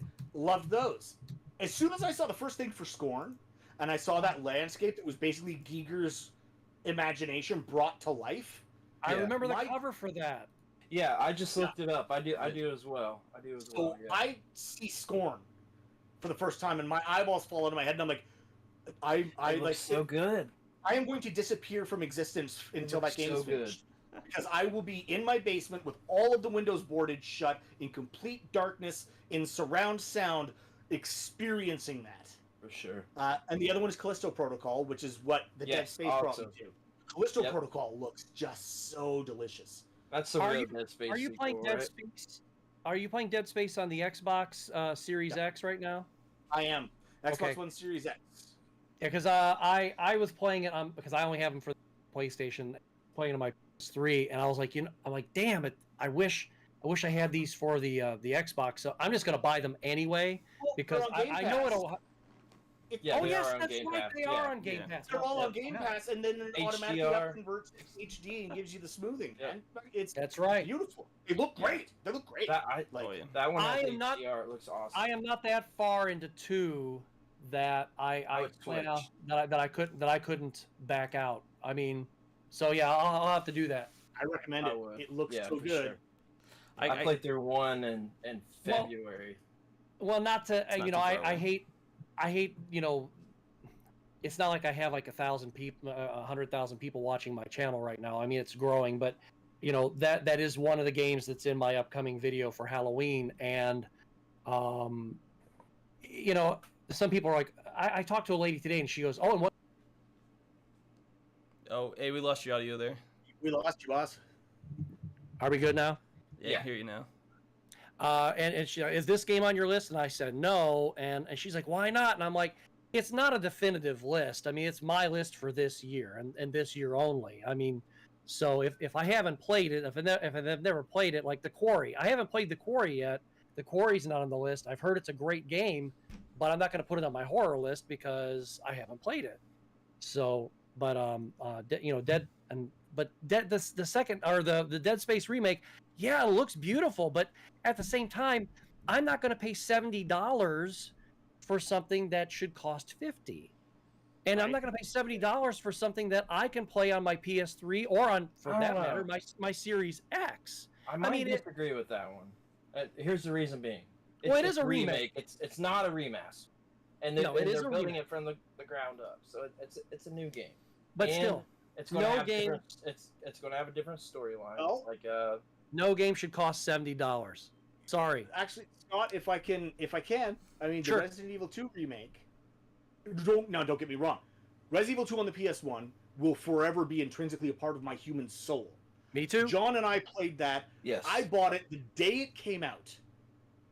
Went to his house, played it in his house for 1 hour, and he immediately insisted I turn it off. We got in his car, drove to Willow Video Games. He bought it, dropped me off at home, went home, and we both played it till like 4 a.m. And that was the infamous night that I phoned him at 2 a.m. Yep. I knew he was still The playing. video. I love the video. I picked up the phone. Love and all the he hears video. is, Did you put in the second disc yet? Yes, I did. Oh, we were phoning every night. How far are you now? Oh, I'm at this part. Oh, I'm not quite there yet. Oh, I'm not going to spoil anything, but it's amazing. What did you think about that? Like, we were constantly. But RE2 Remake was enough different. Yes, That exactly. It was a great new experience. Exactly. But enough same that the nostalgia held true. And if the Dead Space one does that, then they may get some of my money. So that's my point of reference, right? Is kind of Resident Evil 2 because I'm the same That's way. Playing yeah. 2 as a kid, excellent game, but 2 was a totally different experience for me. It was like an entirely different game, right? It's the same concept of the game, but you play it completely different. I mean, Yeah. it's nothing. and- you don't have tank controls, You're not playing in that way with this game. Oh, Resident Evil 3, not so much. Like I haven't touched 3 remake yet. It's sitting here, but it's just too short. It doesn't. but short. okay. I guess my question is this: when is it too far to say? When do we finally start saying enough is enough? I mean, I understand that costs go up and things like that, but they're not raising it by $2. They're not raising it by $1.50 or $1.99. They're raising it by $10 whole dollars. So what? And every 10 years they're going to raise raise. Oh, some you're of talking the- just the price. yeah, I'm talking just the price. And I'm no cheapskate. I'm definitely no cheapskate because Yeah. if they came out with a Halo that was good, I hear what I'm saying. If they came with a Halo that was good, And if it was $70, I'd be like, here's my damn money. So, But at the same time, you know, when a system costs $500, and if you're going to buy 7.14 games, that's $500. Equals the cost. Yeah, I tell you what, I don't buy most games. I don't buy new just for that. No, I don't either. Reason because I can't afford it. I mean, if I'm a collector in the sense that we all are, there's no way. I just can't. I can't buy every game at once. And he's saying that they're not trying to charge more than $70, $80. I was in GameStop and saw one of the versions of the what's the name of that game now? It's the 6th version of the game. Is it I have a for it. Not Skyrim. You'd think. Oh. Is it the we were just talking about it too. 5? No, it was like the 6th game that just came out.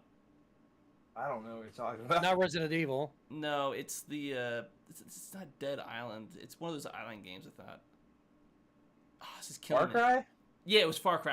Far Cry. I had a huge brain fart there. Like I couldn't think of what we just talked The about. Ultimate Steelbook about that. Yeah, they just had it on sale last night for $20 on the GameStop website. I was in GameStop yesterday.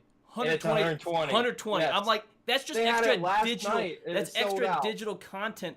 And they're just gonna charge like twice the price of the game. Like, Well, they're already charging more than $60. What I just said, you gotta follow these people. Look for these deals. $20 last night. Yeah, but most I people missed aren't it by gonna see probably that. like. Well, did you see the Dead that's on Space them. Limited I Run? mean- Did you see the Dead Space Limited Run that's coming out? Yeah, I didn't yeah. see Yeah, I mean, it comes with a wearable helmet and all that. I Yeah. mean, all this extra shit. And I'm pretty sure I saw the price is $350. Now, 300, I think, right? yeah, some if you are that much of a fan, great, fantastic. I would rather spend $350 for something that crazy if I'm that much of a fan to have that stuff, as opposed to $70 for a regular release. Like I said, I'm not a cheapskate, and people will go, "Well, it's only $10, dude. It's only $10, dude." I'm like, yeah, but it was $10 10 years ago. Yeah, I think So a lot of that. you could- I think a lot of the price jumps now have to do with like the spike in inflation. It's gonna drive up the cost just naturally.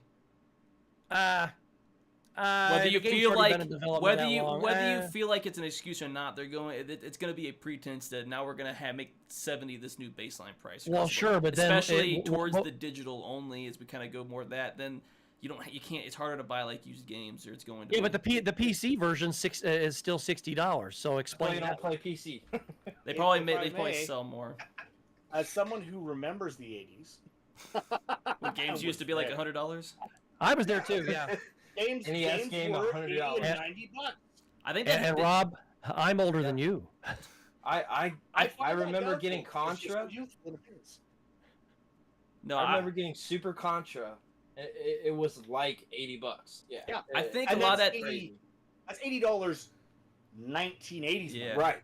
I think a Right. lot of that Probably back 120 then now. had to do with like the cartridge hardware, because I know when they went to CDs, it was super cheap, and they get a lot more memory compared to like the old cartridges, which point is is- expensive. Over all the generations, every generation, I have always seen they want $80 for games now. When I was a kid, they were still $80. Shut it. Yeah. Right. Yeah. But now the prices for games are $80. But- they were $80 last generation. And the- They're and the still thing- $80. There's It's so still $80. much more money put into these games now than there was then too. It's what Yeah, they but always cost. That's it's- why I laugh, because people like put it It's such a weird topic because But it's also like the you cost can get a of development $70 changes. game. Yeah, you could get a $70 game, but there's still $500 worth of DLC or all this other stuff on it. An It's like a incomplete whole- game. It's an incomplete game. And then Yeah. you look at It the was wild. Yeah. If it was $70 and they're like, okay, there is no DLC for this. We're giving you every damn thing that we made, including the phone number of our mother's teacher from first grade. Yes. For $70, I'll give you the goddamn money. But guess what, EA? You're not getting my money! Yeah, well, that's because EA's favorite thing is to sell you a box, and then you can pay extra for the disc. Yes. You can pay extra for the manual. Then you could pay extra for the microtransactions. Then you could Yep. pay, guys. And It's if the the evil profit margin. empire, EA wants to send me a free copy and wants me to review it, as little of a channel as I am, I'd be happy to do it. Otherwise, no. Yeah. This guy's saying no. Dude, I have EA the has been original a one shit setting show on there. Ever. Yeah. When I order a cheeseburger and you give me a pickle and tell me I have to pay more for the rest? They They got like the rated Rob, like, I the love worst you. company ever for like 8 years in a row or something. They make crazy money. like that. Well, because EA Literally. makes money off microtransactions because they're beholden to the stockholders to continue to grow the profit margin. It's just a spiraling circle. And that you they can't get hold out all of. the sports genres that are being bought every single year. That And they But you know what? microtransaction the fuck out of those. If people Yeah, finally, exactly. but if people finally started saying no, and they started, no, they won't. Not They won't. mass No, they numbers. won't. No. Once again, Agent K, a person Right. is smart. People are stupid. So if you're one of those stupid people out there who keep going, my sports game came out with a new roster. Good for you. Pay your $90 and play it for 14 minutes, and then when you try to take it back to GameStop or try to sell it to your buddy down the street, $1. 30 minutes later, we'll give you a basket of fries. That's all it's worth. Yeah. I think I figured out where EA got their business model from. Where's it just that? occurred to me. One of them went, hey, remember that arcade game Gauntlet? Where your life constantly trickled down, and unless you pumped more quarters in, you wouldn't live? We should do that with every game. Put in a Let's do quarter that. for more health. Hey, it works for Arcade me. game I ever Valkyrie's about played. to die. Red Warrior shot the food.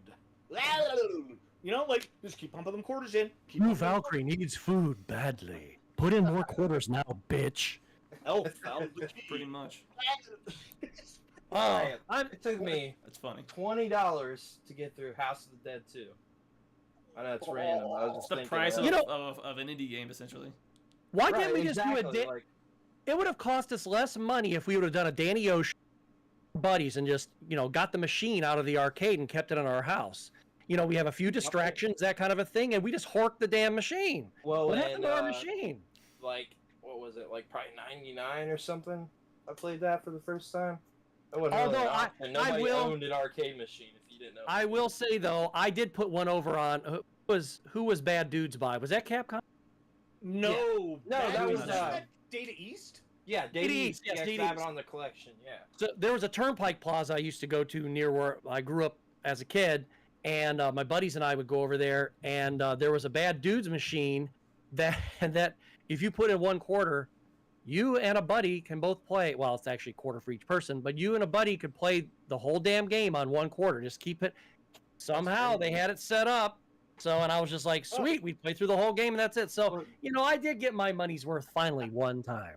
Yeah, One you time. can set the settings for Yeah. like, arcade units to do free play, like Hey, single quarter use. Hey, Bob and Jim just went in there and said, yeah, let's drop this bitch. We lost Didn't your have audio to there. go. Cutting out. okay. You're cutting out, man. We lost that whole little Yeah. bit you just did. Yeah. I wonder what's And- going on in there. Blowing out the mic. Yeah. Yeah, Yeah, man, the old those old arcade games where they used to just, they did quarter munching and all that shit. That was classic. I had a Sure. friend who was so determined to find a way to cheat those. They, Yeah. honestly, if she String. put half as much, she got a McDonald's straw, and flattened it, and found that if she bent it in two places just right and put it in the coin bag, she could ping that little lever that the coin bounces off of, and just ding ding ding ding That's ding ding ding ding ding crazy. ding ding ding ding ding. The And we string had a works. Donkey That Kong string method 3. works. Oh, Yeah, that's awesome. Oh, I had a quarter on a piece of dental floss with the hole drilled in it. Yeah, that'll Absolutely. work. It works. Yeah, I've done it before. It's And then wild. the reason I have my arcade machine here is because when I was 16, I was riding home from renting Super Metroid for the first time, Yeah. and rode past this house, and the garage door was open, and there was all arcade machines inside.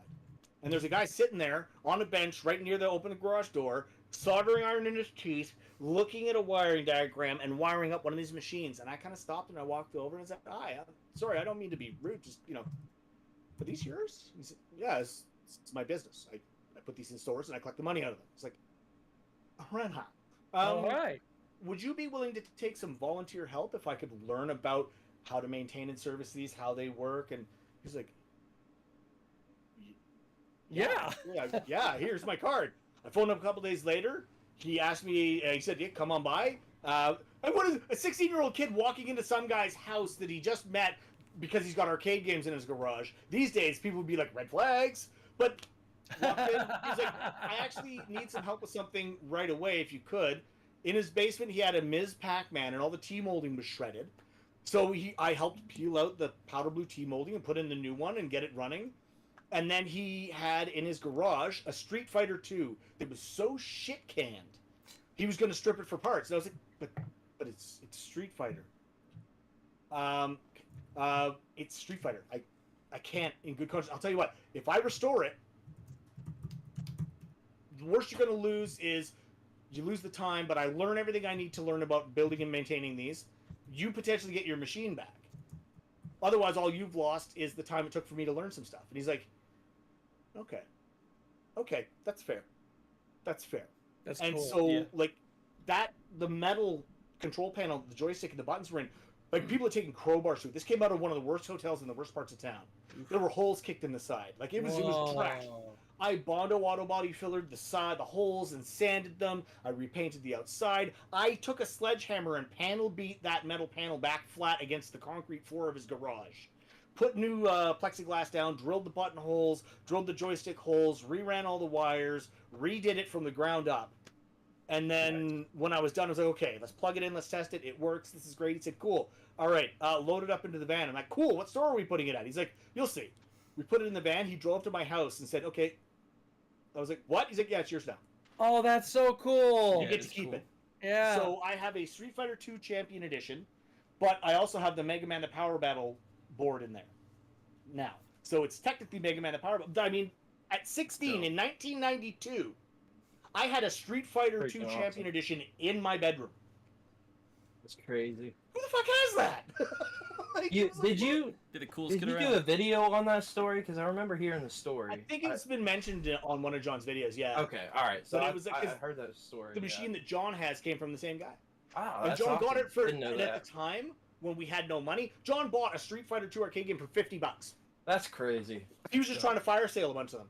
And it's just like if I had the money I have now, my whole basement would be an arcade. Yeah, right. I mean, he had Geo 4 slaughters. He had, and he would have sold one of those for $50. He had like Black Tiger. He had Kadash. He had Narc. He had Bad Dudes. He had I love a Neo Geo MVS though now. Oh, God, yeah, a 4-slot MVS with 4 games in it. He would have been like, yep, there you go. $50. Just one of those games is I can't even astronomically priced. I'll never own one. I do. We played through Narc in his garage to take a break from fixing machines. He was like, he just opened the thing, we just pound on the coin mech until it was full credits. Started up, we played all the way through the tubes. I would have done anything to have a Star Trek sit-down machine or Cabal or Operation Thunderbolt.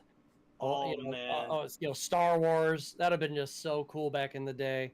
Yeah, man, he had some wicked. Yeah, I probably wouldn't have kissed a girl for another 10 years then. Yeah, I don't know about all that, but yeah, it would be pretty cool. That's all right, though.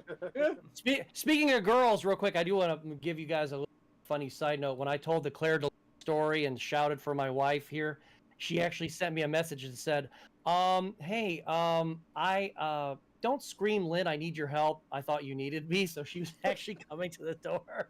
That's funny. It's like, oh yeah, I guess I was a little loud. So she probably thought I was being like attacked by the squirrels up in my ceiling. That would be a story for sure. Yeah. Watch out for them squirrels. Sure. They're nuts. Oh. I'll see myself out. Like some dad jokes going on. I'm a dad. I gotta work on them. Yeah, how's y'all's dad jokes going? Oh, dude. I ruin my children regularly. It's a wonderful thing. Reminds me of my dad, or he just likes to embarrass us in public. It'll be us, my parents, and they'll just say some sexual shit, and I'm just like, what is wrong with you? What does a snake pirate about say? all that? You're my dad. You're not supposed to say that shit. What does a snake pirate say? Slither me timbers. Oh. I gotta write that down. It's like I got no pad. Tell me more. What sound does a monkey with brass balls make swinging through the trees? Orangutan. It's good. Wow. Love it. My dad was a forensic scientist his entire career, so I have some nasty gallows humor too. Like, he used to tell dead baby jokes in the most horrifying ways. Oh God. You know, what's blue and knocks on a window? Baby in a fish tank. What's worse than finding 100 dead babies in a garbage can? Finding one dead baby in 100 garbage cans. You know. What's the difference between unloading Yeah, a it's truckload my of bowling type balls of and a humor. truckload of babies? Truckload of babies, because you can't use a pitchfork with bowling balls. Woo! He's heard that one before. There you go. It's one of my Yeah. favorites. What do you call 4 dead babies under a coffee table? And no comments, please. My wife did have a miscarriage, so we understand. Anyway, so 4 dead babies under a piece of glass. What do you call it? What? A coffee table. Oh, God. Thank you, thank you. Hey, so 2 of my favorites were the so what's blue and sits in a corner? Baby in a Ziploc. What's red and green and sits in a corner? The same baby a year later. Oh, Canceled. maybe Yeah. a little moldy. Terrible. But I mean, these are, my dad had really bad gallows humor. Okay, and this is an actual case that she heard about, and it had to be very quiet. There was a fairly high-profile airline pilot, but he apparently had a very particularly strange kink, and it's that he used to take his Volkswagen and drive out to this clearing in the woods. It was a circular clearing. Tie the steering wheel off to one side, and he had this harness that he'd put on and put a chain to the back bumper, and it would drag him around in a circle. That's kind of how he got his yayas. Except that apparently at one point the chain had sort of piled up a bit and got wrapped around the axle and started dragging him to the back of the car. And he was not able to get enough slack to get in and stop the vehicle. Oops. And so they found him once the vehicle was stopped. He had been crushed up to the back of it, naked in this harness. Whoa. And the title or the name that they put for this case on the file was The Love Bug. Damn. Brutal. Yeah, man. Yeah, man. I mean, that's the thing is, how do you get before God? You have people who died of a heart attack, people who die of suicide, people who die of this, people who die of that, diabetes, etc., etc. Autoerotic asphyxiation. The lead singer of NXS, he had to get up before God and go, yeah, I screwed up. But how do you? I mean, even God sitting there doing the Jean-Luc Picard facepalm, going, "You did what?" I think at that unique. point, you have to admit that God has a nasty sense of humor, and he was laughing the entire time. Oh yeah. He invented the platypus. Definitely has a. Oh well, no. You know Robin Williams' thing on that, don't you? Yes, I do. That's why I said that. They say that the devil is God when he gets drunk. If he gets drunk, does he also get high? Look at a platypus. I think so. Hey, I got a beaver, and we stick this duckbill on it. All right. It's a mammal and it lays eggs. Hey, Darwin. There you go. Yo. Robin Williams live at the Met. Oh, Yes, I watched that when I was 9 years old. HBO. My parents rented the videotape. We watched it. I laughed so hard. Robin Williams was the man that made me realize that it was okay for me to be who I am. Exactly. Because I watched that special, and I was like, wait, he's super hyper like me. He does silly voices all the time like me. He just goes off on tangents, and his mind seems to be just firing all the time like me. Oh my God, I love him. I love him. Robin Williams was...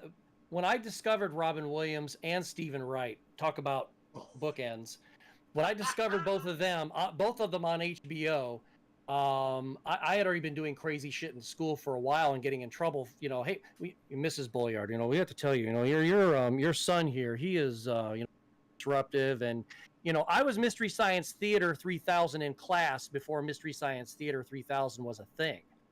And so, but when Robin Williams came along, and I saw that, thank you, Melda, thank you. I mean, I was just like, and I couldn't show that stuff to my mom and dad. They wouldn't have got it. Right. Because my mom and dad were practically old enough to be my grandparent. Oh, dear. So, yeah.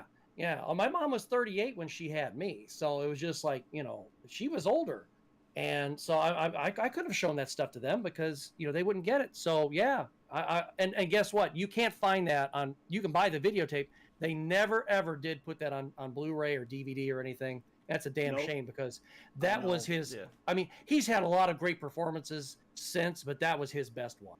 The two that really bookend well for him are Live at the Met, followed by Live on Broadway.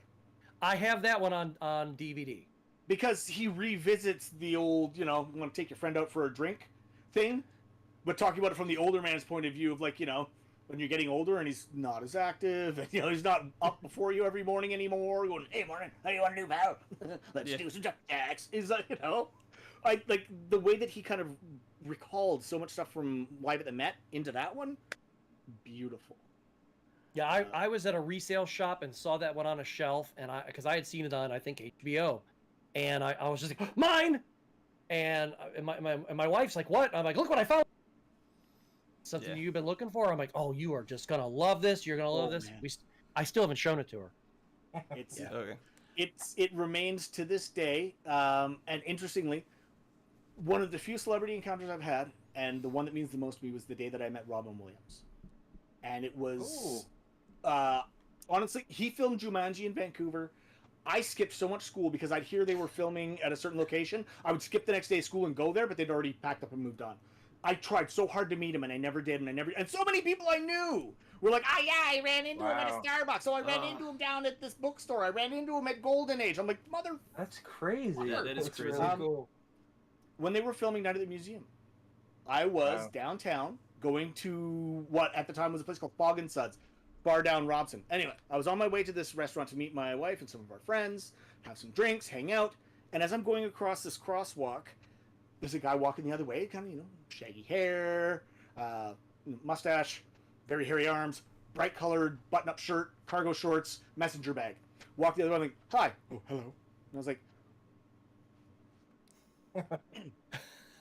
calm. Get a And I fanboy. turned around and slowly walked back along the crosswalk, and I went, excuse me. And I'm trying to be really quiet. I was like, excuse me. I'm sorry. Could I just have a moment? He stopped. He turned around. He smiled. The biggest smile. I was like, yeah. And I said, I'm sorry. There's something I've wanted to share with you my entire life that I've wanted to say. Do you mind if I say it? And he's like, go ahead. And I said, I just want to say thank you for everything you've ever done and everything you will ever do, because your work is just so amazing to me. You are my biggest inspiration in life. You helped me feel okay with being who I am, a silly, crazy person, because of seeing you. Thank you. And he said, you're welcome. And he held out his hand, and he shook my hand, and then he turned around and he walked away. And my brain shut off. I blue screened. Oh, yeah. I walked to the pub. I sat down. And my wife and her friends just, oh my God, are you all right? And I was like, the waitress came over. I was like, I need 2 fingers of Bushmills and a pint of Guinness now. Now, you're still here. Go. She went, brought them back. I shotgunned the whiskey. I pounded back the beer. I looked at them and I said, I just met Robman Williams. And I started crying. And I cried for like 20 minutes. Just so huge. And everyone since has asked me, why didn't you get a picture or an autograph? I'm like, because I don't want need those. it. You don't need it. No. You had that experience. All I want, and like, if I could ever meet Brendan Fraser or Keanu Reeves, all I'd want is to be able to look them in the eyes, shake their hand, thank them for being amazing people. It's not even about their acting, for just being incredible. Right. He's one of like 3 people for me that would be that way. Unfortunately, all 3 are dead. But he's one of the 3 people I think that I just kind of always, with my father figure kind of being out of my life, just always kind of looked up to him. Everything he did, not just acting, like just a human being that he was. It's definitely a good kind of final story as we kind of wrap up. Anybody else have anything to finish up with before we kind of end here? I know Rob mentioned kind of to Brian earlier, he'd kind of had to go for dinner, so. It's Thanksgiving in Canada. Oh, that's right, it is. Yeah, a month and a half early for the rest of us. Which none of us thought about, by the way, so. Yeah. Well, I happy didn't think about it either until I was suddenly like, wait a minute, that's this Sunday? But it's Thanksgiving too? My God! Well, happy Thanksgiving to you and to everyone in Canada, Definitely. and thank you for putting up with all of our antics, and thank you for anticing right along. We appreciate you being on, Rob, man. It means a lot to Definitely. me and everybody on here, for sure. This has been an absolute blast. I really appreciate you guys letting me come on and be a jackass and be stupid and have fun. Please come on again. We would love it. Yeah, Anytime. absolutely. I'd love to, honestly. Hopefully And next hopefully I'll play this by then. So Sounds good. There'll be man. a quiz. No, we definitely All right, appreciate you well. joining us. Even though we're still small, we're still growing as like a channel and a podcast. We definitely appreciate you coming on. It's For sure. You know what? It's not about the size of the channel. It's just about people. Yeah, Just sitting hanging out down. and having a good chat, man. Definitely. well, let's tell everybody tell everybody watching where they see you on the internets, on the internets. Honestly, if you just Google all in one word, RobmanWorld, RobmanWorld, you'll find me. Twitter, Yeah. Facebook, Twitch, YouTube, Instagram. I don't really put much on Instagram. We'll have everything linked on here. Yeah, I have some already linked in the description, plus Yeah, some of for our sure. other socials on there as well. So you can definitely check down below in the description of the video. Pretty much, you know, if you get somewhere where there's a lot of jackassery, you'll probably find me. It's my thing. That's what I do. Just having a good time. Oh yeah. All right, Absolutely. but yeah, appreciate everybody coming on, and unless anybody has anything else to say, we'll go ahead and close this up. Thanks. We'll see you soon. Appreciate Yeah. everybody for watching. Thanks Y'all have a everybody good for day. watching. Thanks, Robman. We'll everybody have a good night. All right, you're good. I'm gonna run to the bathroom. Robman, we'll talk with.